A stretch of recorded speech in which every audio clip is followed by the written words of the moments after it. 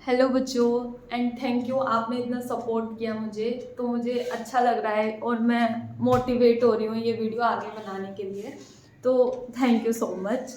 चलो अब third topic पढ़ते हैं, जिसमें हम पढ़ेंगे सॉल्ट के बारे में। सॉल्ट क्या होता है कि जब एसिड बेस के साथ रिएक्ट करता है तो सॉल्ट एंड वाटर बनता है। मतलब जब एसिड बेस के साथ रिएक्ट करेगा तो सॉल्ट एंड वाटर बनता है, और इस रिएक्शन को हम न्यूट्रलाइजेशन रिएक्शन बोलते हैं। ओके, तो बेस क्या करता है, एसिड को न्यूट्रलाइज कर देता है तो सॉल्ट वाटर बन जाता है। इसको न्यूट्रलाइजेशन रिएक्शन बोलते हैं। ये हम पहले पढ़ चुके, फर्स्ट एसिड की प्रॉपर्टी में भी बेस की प्रॉपर्टी में भी। अब इनके नाम भी तुम्हें पता होंगे। तुम्हें ये भी पता होगा बेस होते कौन है, कि जब मेटल के साथ कोई हाइड्रोक्साइड आयन जुड़ा हो तो वो बेस होता है। बाकी अभी तुम्हें ये भी पता होना चाहिए Cl को क्या बोलते हैं सोल्ट के अंदर। ओके, इसे बोलते हैं क्लोराइड, इसको बोलते हैं कार्बोनेट, इसको बोलते हैं सल्फेट, इसको बोलते हैं एसीटेट और इसको बोलते हैं नाइट्रेट। तो ये आप जरूर समझ लेना कि इनको क्या क्या नेम से बुलाया जाता है। जैसे अब ये याद रखना सोल्ट बनेगा कैसे। हमें याद रखना है कि जो ये एसिड है, एसिड का तो H से दूसरे वाला पार्ट लेना है हमें, है ना। और बेस का हमें कौन सा पार्ट लेना है, मेटल वाला। इस बात को याद रखना कि एसिड का हमें H से छोड़ के Cl वाला पार्ट लेना है, और बेस का हमें Na वाला पार्ट, मतलब मेटल वाला पार्ट। जैसे कि इसमें क्या होगा, अब आप सोचो, इसमें K से क्या बना होगा, बेस, क्योंकि मेटल हाइड्रोक्साइड या मेटल ऑक्साइड हमारे बेस होते हैं। तो K से क्या बना होगा, बेस, और SO4 से क्या बना होगा, एसिड। तो KOH तो हमारा हो गया बेस, और इसमें ये हमारा होगा एसिड H2SO4। ओके, तो अब इसमें इसका नाम भी आप बता दोगे। देखो, इसका नाम होगा कैल्शियम सल्फेट, इसका होगा मैग्नीशियम सल्फेट, क्योंकि हमने अभी यहाँ पे सीख लिया कि इनको किस नाम से बुलाया जाता है। तो ये आप अपने आप लिख लोगे। अब इसमें पूछा जाए कि भाई इसमें बताओ कि इसमें एसिड और बेस कौन है, तो मैंने बताया Na से बेस बनेगा, क्योंकि मेटल से बेस बनाना है। तो ये बनेगा NaOH, और SO4 से क्या बनेगा, H2SO4। ओके, और ऐसे ही Ca से मेटल से बेस बनाना है। ओके, तो ये बनेगा CaOH का होल ट्वाइस, और SO4 से वही आपका क्या बनेगा, H2SO4। और फिर मैग्नीशियम से भी आपको क्या बनाना है, OH का होल ट्वाइस, और ये क्या बनेगा आपका H2SO4। तो मैं ये सोच सकती हूँ कि आप ये अच्छी तरह से समझ गए होंगे। ओके, तो एक बार अपने आप भी प्रैक्टिस करके देखना, क्योंकि MCQ क्वेश्चन में ऐसे क्वेश्चन आए हैं कि बताओ। अब देखो, इसमें पूछा जाएगा स्ट्रॉन्ग एसिड और कौन से, कि ये वाला कंपाउंड स्ट्रॉन्ग, कौन सी स्ट्रॉन्ग एसिड या स्ट्रॉन्ग बेस से बना है। तो आप देखो ये क्या है, KOH है, तो ये स्ट्रॉन्ग बेस है, और H2SO4 भी क्या है, स्ट्रॉन्ग एसिड है। तो K2SO4 स्ट्रॉन्ग एसिड और स्ट्रॉन्ग बेस के मिलने से बना है। ओके, ऐसे ही आपसे पूछ लिया कि सोडियम सल्फेट स्ट्रॉन्ग मतलब किससे मिलकर बना है, तो आप बताओगे स्ट्रॉन्ग बेस और स्ट्रॉन्ग एसिड से मिलकर बना है ना। ऐसे आप आगे कर लोगे, जैसे कि मिल्क ऑफ मैग्नीशिया Mg, और ये मैंने बार बार बोला है कि इसको मिल्क ऑफ मैग्नीशिया बोलते हैं, एंटासिड के लिए यूज होता है। तो अब इसका बताओगे कि ये क्या है, वीक बेस, और ये क्या है, स्ट्रॉन्ग एसिड के मिलने से MgSO4 बना है। तो मुझे नहीं लगता कि आपको स्ट्रॉन्ग एसिड, वीक एसिड या इन सब में कंफ्यूजन होगी। अगर होगी तो आप फर्स्ट वीडियो देख लो रिपीट करके दोबारा से। तो प्लीज आप इनको अच्छी तरह से करना। अभी मैं इसको रफ करूंगी क्योंकि लिखने में ज्यादा टाइम वेस्ट होता है। सो आप मुझे इनके नाम खुद बताओगे। बोलो, इसे क्या बोलेंगे, मैग्नीशियम सल्फेट, क्योंकि हमें पता है SO4 को क्या बोलते हैं, सल्फेट बोलते हैं। इसे कॉपर सल्फेट, इसे सोडियम क्लोराइड, इसको सोडियम नाइट्रेट, और इसको क्या बोलेंगे, सोडियम कार्बोनेट, और इसको क्या बोलेंगे, अमोनियम क्लोराइड। ठीक है, अगर आपसे पूछो कि किस किस से मिलकर बने हैं, तो Mg से आप क्या बनाओगे, बेस, MgOH का होल ट्वाइस, और ये SO4 से क्या बन जाएगा, H2SO4। सेम Cu से आप क्या बनाओगे, बेस। क्यों बना रहे हैं हम, क्योंकि मेटल हाइड्रोक्साइड होते हैं बेस, है ना। और SO4 से आप क्या बनाओगे, एसिड। ओके, फिर यहाँ पे आ जाओ, Na से हम क्या बनाएंगे, बेस NaOH, और Cl से हम क्या बनाएंगे, एसिड। और Na से हम बनाएंगे बेस, और NO3 से हम बनाएंगे एसिड, HNO3 नाइट्रिक एसिड। और इससे हम क्या बनाएंगे, NaOH, और CO3 से हम क्या बनाएंगे, H2CO3। इसका भी पता होगा आपको, क्या ये क्या बोलते हैं, इसे कार्बोनिक एसिड। और इसको NH4 को, NH4 से क्या बनेगा, NH4OH अमोनियम हाइड्रोक्साइड। क्या बनाएंगे हम इसको, अमोनियम हाइड्रोक्साइड, और Cl से हमारा क्या बनेगा, HCl। अब आपसे कोई भी ऐसे पूछे, क्या क्या पूछेगा कि बताओ ये MgSO4 बना है, वो स्ट्रॉन्ग एसिड या वीक एसिड ऐसे करके पूछेगा, तो आपको बताना है कि ये वीक बेस और स्ट्रॉन्ग एसिड से मिलकर बना है। आपसे कोई भी पूछ ले, ऐसे पूछ ले कि ये वाला बताओ, तो ये वीक बेस और स्ट्रॉन्ग एसिड से मिलकर बना है, तो ये आप बता दोगे ना, क्योंकि इस तरह से क्वेश्चन पूछे गए हैं MCQ में ना, तो बना दोगे ना, हाँ बता दोगे। अब मुझे क्या पता क्या कर रहे होगे आप, समझ रहे होंगे या नहीं, तो प्लीज आप इसको अच्छी तरह से देख लो। अगर आपको कोई प्रॉब्लम हो तो फिर कमेंट कर देना मुझे, ओके। अब ना आपका एक ऐसा टॉपिक होता है pH of a salt solution, कि हम सॉल्ट सॉल्यूशन की पीएच कैसे निकालेंगे।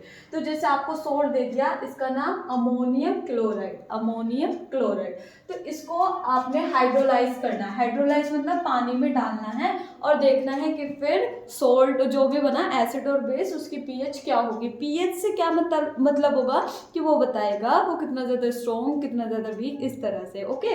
तो जब हमने इसमें पानी डाला, अब देखो H2 किस में टूटता है, H प्लस में और OH माइनस में। तो अब देखो ये जो हमारा क्या होगा, NH4 के पास तो क्या चला जाएगा, OH, और H किसके पास चला जाएगा, Cl के पास। तो क्या बन जाएगा, अमोनियम हाइड्रोक्साइड और HCl। तो अमोनियम हाइड्रोक्साइड जो ये बना है, अमोनियम हाइड्रोक्साइड, नाम लिख लेना आप अपने आप, मैं बोल रही हूँ आप अपनी कॉपी में लिख लेना। तो इसी ये क्या होता है, वीक बेस, क्या होता है, वीक बेस, और ये क्या होता है, स्ट्रॉन्ग एसिड। तो basically pH of salt solution में वो आपसे यही पूछेगा कि अगर हम इसको हाइड्रोलाइज करेंगे तो क्या बनेगा, आप बता दोगे ना, ठीक है। तो अब ऐसे ही हमने सोडियम कार्बोनेट को, सोडियम कार्बोनेट पे पानी डाला, तो देखो क्या, अब दोबारा से H में तोड़ो इसे और OH माइनस में तोड़ो, तो अभी तुम बताओ खुद कहाँ जाएगा, तो H किसके पास जाएगा, कार्बोनेट के पास, OH किसके पास जाएगा, सोडियम के पास। तो क्या बन जाएगा, सोडियम हाइड्रोक्साइड और कार्बोनिक एसिड। आपको पता है कार्बोनिक एसिड कहाँ मिलता है, रेन वाटर और कोल्ड ड्रिंक में। तो अब बताओ ये कैसा है, ये तो हो गया हमारा क्या, स्ट्रॉन्ग बेस, और ये क्या हो गया हमारा, वीक एसिड। और ये मैं पहले ही स्ट्रॉन्ग बेस, स्ट्रॉन्ग वीक ये सब कुछ बता चुके हैं, तो आपको इसमें कोई कंफ्यूजन नहीं होनी चाहिए। MCQ में ये भी क्वेश्चन आया हुआ है, ठीक है। अभी मैं उसके बाद आपको अरिहंत की भी बना दूंगी वीडियो, अरिहंत में जो भी क्वेश्चन दे रखे हैं उन्हें समझा के आपको सेंड कर दूंगी, मतलब YouTube पे अपलोड कर दूंगी, ओके। तो अब आगे चलते हैं। अब इनके सॉल्ट के बारे में पढ़ेंगे, है ना, कि कुछ सॉल्ट होते हैं जिनके बारे में हमें पढ़ना है। सबसे पहले होता है ये NaCl, इसका जो केमिकल नेम होता है sodium chloride, common name common salt. अभी के अभी आपको याद करना है, अभी के अभी, ठीक है। तो NaCl का chemical name sodium chloride, common name common salt, जो घर में आप खाते हो। अब इसे NaCl से काफी ज्यादा रॉ मटेरियल बने, ओके। तो रॉ मटेरियल में क्या क्या बना, sodium hydroxide, sodium carbonate decahydrate और सोडियम हाइड्रोजन कार्बोनेट, ये जो तीन केमिकल्स थे वो हमारे सोडियम क्लोराइड से बने, ओके।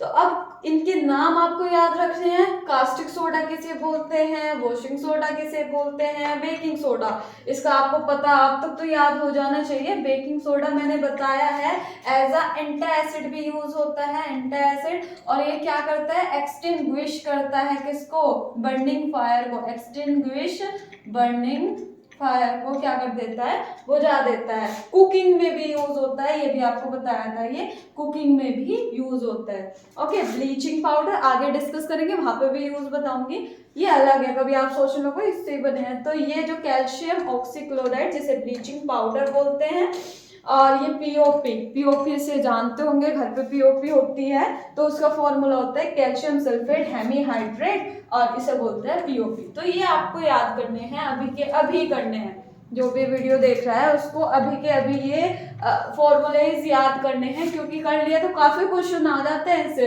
कि बताओ कास्टिक सोडा का फॉर्मूला क्या है, वॉशिंग सोडा का, बेकिंग सोडा का, और अगर मैं जिप्सम का भी लिख दूं, चलो जिप्सम का तभी बताऊंगी जब पूरा ये डिस्कस करेंगे एक एक, ठीक है। तो हम नेक्स्ट टॉपिक पे चलते हैं। सो फॉर्मूले याद हो गए होंगे, मैं पूछ रही हूँ बेकिंग सोडा का फॉर्मूला क्या बता दोगे उधर से, ठीक है। तो सबसे पहले हम पहला सोल्ट पढ़ते हैं जिसका नाम है कॉमन सोल्ट, ठीक है। कॉमन सोल्ट मतलब NaCl। NaCl जो घर का नमक है, तो घर का नमक कैसे बना होगा, NaOH से और HCl से। जब ये दोनों मिले होंगे, रिएक्शन हुई होगी, तब NaCl बना होगा। और ये जो NaOH होता है, इसको आपको पता चल गया होगा, इसे कास्टिक सोडा बोलते हैं, कास्टिक सोडा। और इसका दूसरा केमिकल नेम सोडियम हाइड्रोक्साइड।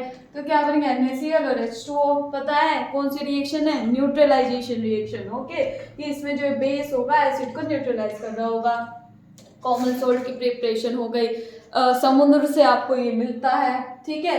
और इसके यूजेस क्या होते हैं कि ये केमिकल्स बनाने में हेल्प करता है, कौन कौन से, कास्टिक सोडा, बेकिंग पाउडर और वॉशिंग सोडा। ऐसे केमिकल बनाने में इसका किसका, NaCl का, है ना। तो NaCl का इसका यूज होता है इन सारे केमिकल्स को बनाने के लिए। और किसमें, किसको, अचार वगैरह होते हैं ना, अचार, फिश वगैरह को प्रिजर्व करने के लिए किसका यूज होता है, सोडियम क्लोराइड का। और जो हमारे क्या जो हमारे सॉरी ये क्या है, सोप, ये सोप लिखा है, तो सोप बनाने में जो यूज होता है वो किसका होता है, कॉमन सोल्ट का भी यूज होता है इसमें। और ये आइस को मेल्ट करने में, आइस को मेल्ट करने में भी इसका यूज होता है ना। आप इसको अच्छी तरह से देख लो, है ना। अब इसके बाद हम क्या पढ़ेंगे, NaOH। NaOH का मतलब कास्टिक सोडा, ठीक है। तो इसके बाद इसको रफ करके हम वो पढ़ते हैं। सो नेक्स्ट है हमारा कास्टिक सोडा। कास्टिक सोडा का जो नेम होता है, केमिकल नेम, सोडियम हाइड्रोक्साइड होता है। ये बनता कैसा है कि जब हम NaCl के सॉल्यूशन में, NaCl के सॉल्यूशन में, मींस इसको बोलेंगे बरीन सॉल्यूशन। क्या बोलेंगे, बरीन सॉल्यूशन। काफी बार यही पूछा गया है कि बरीन सॉल्यूशन किसे बोलते हैं, या NaCl के सॉल्यूशन को क्या बोलते हैं, तो उसको बोलते हैं बरीन। तो जब इस बरीन सॉल्यूशन में हम इलेक्ट्रोलाइसिस कराते हैं, इलेक्ट्रोलाइसिस हमने 2 इलेक्ट्रोड डाल दिए, एनोड और कैथोड, तो तब हमारा जाके क्या बनता है, NaOH बनता है। इलेक्ट्रिसिटी उसमें पास करा दी। तो क्वेश्चन बहुत बार पूछा जाता है कि इस प्रोसेस में Cl2 गैस कहाँ हमारी मिलती है, तो मिलती है एनोड पे, और एनोड होता है पॉजिटिव। एनोड पॉजिटिव होता है क्योंकि ये नेगेटिव टर्मिनल और बैटरी से जुड़ा होता है। इतना कुछ नहीं याद रखो, बस ये याद रखो अभी तुम कि जो Cl होता है वो कहाँ मिलता है, एनोड पे, ठीक है। किस पे मिलेगा, एनोड पे। और H2 हमारा किस पे मिलता है, कैथोड। और कैथोड क्या होता है, नेगेटिव, और एनोड क्या होता है, पॉजिटिव। इतनी बात आ गई समझ में कि Cl2 हमारे किस पे मिलेगी, पॉजिटिव पे। और ये जो क्या गया हमारा कास्टिक सोडा, ये जो कास्टिक सोडा होगा ये हमारा कहाँ मिलेगा, ये कैथोड के आसपास, नियर कैथोड, कैथोड के आसपास हमें ये मिलेगा। इतनी बात क्लियर हो गई होगी यहाँ तक। अब हम पढ़ते हैं इसकी यूज। बाकी ये भी पूछा जाता है कि इस प्रोसेस का नेम क्या है, क्लोर एल्कली प्रोसेस। क्लोर एल्कली क्यों बोला, क्लोर से मीन्स है Cl2 से, एल्कली से मतलब है बेस से, कि हमें क्या मिला है, बेस मिला है। मैंने पहले भी बताया था एल्कली को बेस मिलता है, और इसमें हमें Cl2 भी मिली है, क्लोरीन भी मिला है, तो इसलिए इसको बोला गया, इस प्रोसेस को हम क्लोर एल्कली प्रोसेस भी बोलते हैं। बाकी इसके यूजेस क्या क्या होते हैं, यूजेस पढ़ते हैं। NaOH के क्या यूज है, सोप बनाने में, डिटर्जेंट बनाने में, टेक्सटाइल फाइबर, पेपर, और जो और एल्यूमिनियम की जो ओर होती है, मतलब ओर में मिलते हैं, उस एल्यूमिनियम को वहां से एक्सट्रैक्ट करने के लिए भी NaOH का यूज होता है। जो ये बॉक्साइट है ये किसकी ओर है, एल्यूमिनियम की, ठीक है। तो ये NaOH का वहां पे क्या होता है, यूज होता है। डाई बनाने में, ब्लीच बनाने में इसका यूज होता है। यूज से बहुत क्वेश्चन है। H2 का क्या यूज होता है, जो वेजिटेबल ऑयल होता है उसको घी में कन्वर्ट करने के लिए H2 जरूरी होता है, ओके, है ना, समझ रहे हो ना तुम। अब Cl2 का कहाँ यूज होता है, Cl2 का यूज होता है ये एक डिसइंफेक्टेंट गैस है। मतलब डिसइंफेक्टेंट मतलब कि ये स्विमिंग पूल में भी मिलाई जाती है ताकि जर्म्स और बैक्टीरिया किल हो सके। तो ये Cl2 गैस एक डिसइंफेक्टेंट गैस है। बहुत बार इस नाम से बोली जाएगी कि एक गैस है जो कि डिसइंफेक्टेंट है। आपको इससे क्या समझना है, Cl2 समझना है। याद करो, इससे अब ब्लीचिंग पाउडर भी बनेगा। देखो ये रहा। अब Cl2 गैस किसमें यूज होता है, ब्लीचिंग पाउडर बनाने में, और ये किसमें, प्लास्टिक बनाने में, पेस्टिसाइड बनाने, क्लोरोफॉर्म बनाने में, क्लोरोफॉर्म जो होती है। तो ये सारा था हमारा किसके बारे में, कास्टिक सोडा के बारे में। आपको मुझे नहीं लगता कि कोई इसमें प्रॉब्लम होगी, इसे अच्छे से देख लेना। क्वेश्चन इनसे ही बने हैं सारे के सारे। परीन सॉल्यूशन किसे बोलते हैं, Cl2 गैस कहाँ मिलेगी, H2 gas, H2 cathode, Cl2 anode, और इस प्रोसेस को क्लोरल प्रोसेस बोलते हैं। यूजेस इसके इंपॉर्टेंट है, खत्म। ओके, सो नेक्स्ट है आपका वॉशिंग सोडा। वॉशिंग सोडा का केमिकल नेम क्या है, सोडियम कार्बोनेट डेकाहाइड्रेट। इसे वॉशिंग सोडा बोलते हैं। बाकी इसमें जो ये इसके साथ क्या होता है, 10 मॉलिक्यूल होते हैं वाटर ऑफ क्रिस्टलाइजेशन के। और ये भी पूछा गया है वॉशिंग सोडा में कितने मोल होते हैं वाटर ऑफ क्रिस्टलाइजेशन के, तो 10 मोल होते हैं। ओके, तो इसमें करेंगे क्या, देखो NaCl का सॉल्यूशन है, अभी पढ़ के आए हो, इसे क्या बोलते हैं हम, बरीन सॉल्यूशन। क्या बोलते हैं, बरीन सॉल्यूशन। जब इस बरीन सॉल्यूशन में NH3 अमोनिया, इसे क्या बोलते हैं, अमोनिया। अमोनिया मिलाते चले जाते हैं, CO2 मिलाते चले जाते हैं, तो हमारा क्या बनता है, NaSCO3, सोडियम हाइड्रोजन कार्बोनेट। इसका नेम क्या होता है, बेकिंग सोडा, है ना, बेकिंग सोडा। और बाहर क्या निकल जाता है, अमोनियम क्लोराइड। क्या निकल जाता है, अमोनियम क्लोराइड, है ना।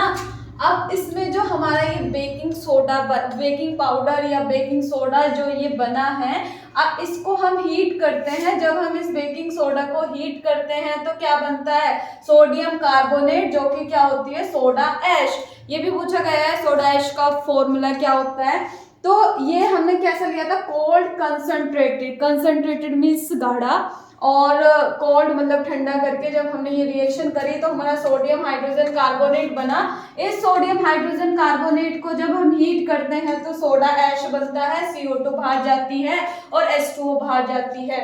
CO2 के आई होप आपको यूज अभी भी पता हो, इफरवेरेंस प्रोड्यूस करता है, लाइम वाटर को मिल्की करता है, और एक्सटिंग्विश करता है बर्निंग फायर को, कैंडल को जो बुझाता है वो CO2 बुझाता है, लाइम वाटर। मुझे उम्मीद है आपको ये बात पता होगी। अब ये जो सोडा ऐश बना है, अब इस सोडा ऐश में 10 मोल ऐड किए जाते हैं वाटर के, तब जाके हमारा क्या बनता है, वॉशिंग सोडा। इसका नेम क्या होता है, sodium carbonate, sodium carbonate decahydrate, decahydrate, ठीक है। और इसे वॉशिंग सोडा बोलते हैं। इसमें से आपके क्वेश्चन यही बनेंगे। अब देखो इससे नेक्स्ट में बेकिंग सोडा बताऊंगी, इसमें बता देती हूँ, ठीक है। अभी हमने वॉशिंग सोडा पढ़ा था, अभी मैं बोलने वाली थी कि इसमें बेकिंग सोडा में सेम यही है, आपको भी दिख रहा होगा, लेकिन इसके यूजेस से, सॉरी मेरी राइटिंग से अगर आपको कोई प्रॉब्लम होती हो, यूजेस क्या होते हैं वॉशिंग सोडा के, आप मेरे जैसे मैं वर्ड बोलती हूँ वैसे सुन लिया करो, फिर लिख लिया करना, है ना। तो यूज क्या होता है वॉशिंग सोडा के, तो वो क्लींजिंग एजेंट में यूज होता है, परमानेंट हार्डनेस मिटाता है। आपने देखा होगा क्वेश्चन में पूछा गया है काफी बार, परमानेंट हार्डनेस ऑफ वाटर कौन मिटाता है, washing soda, okay.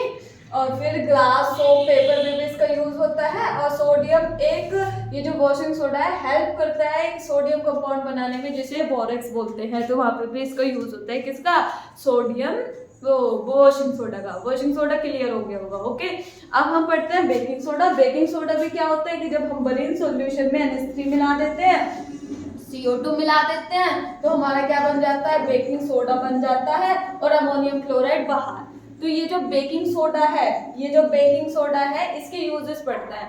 Baking soda के क्या यूज होता है कि ये एज अ एंटासिड यूज होता है, एज अ एंटासिड मतलब मेडिसिन में यूज होता है, और बेकिंग पाउडर बनाने में। अब ये वाला जो क्वेश्चन है ये MCQ में आया हुआ है, इसे देखो ध्यान से कि जब हम बेकिंग पाउडर और बेकिंग सोडा में फर्क क्या है, ठीक है, कि जो हमारा ये जो बेकिंग सोडा है, जब इसमें थोड़ा सा एसिड की प्रेजेंस मिलती है, किसकी, एसिड की थोड़ी सी प्रेजेंस मिलती है कि इसमें, किसमें, बेकिंग सोडा में, तो हमारा क्या बन जाता है, सोडियम आयन बाहर जाते हैं, CO2 बाहर, H2O बाहर।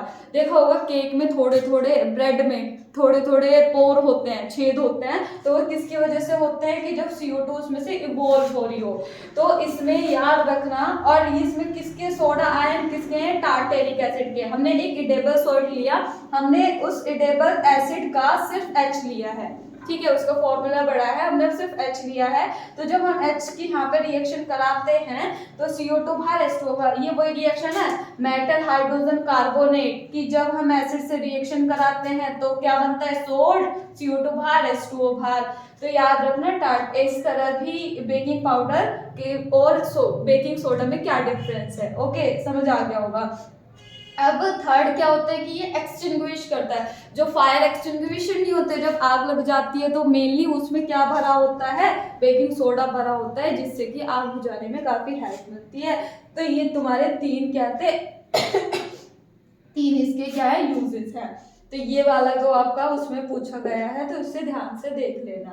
वॉशिंग सोडा, परमानेंट हार्डनेस कौन मिटाता है, वॉशिंग सोडा। इसका भी आपसे एंटासिड की तरह यूज कौन होता है, बेकिंग सोडा। तो ये चीजें आपको बार बार एक बार रिपीट करते रहना वीडियो और देखते रहना।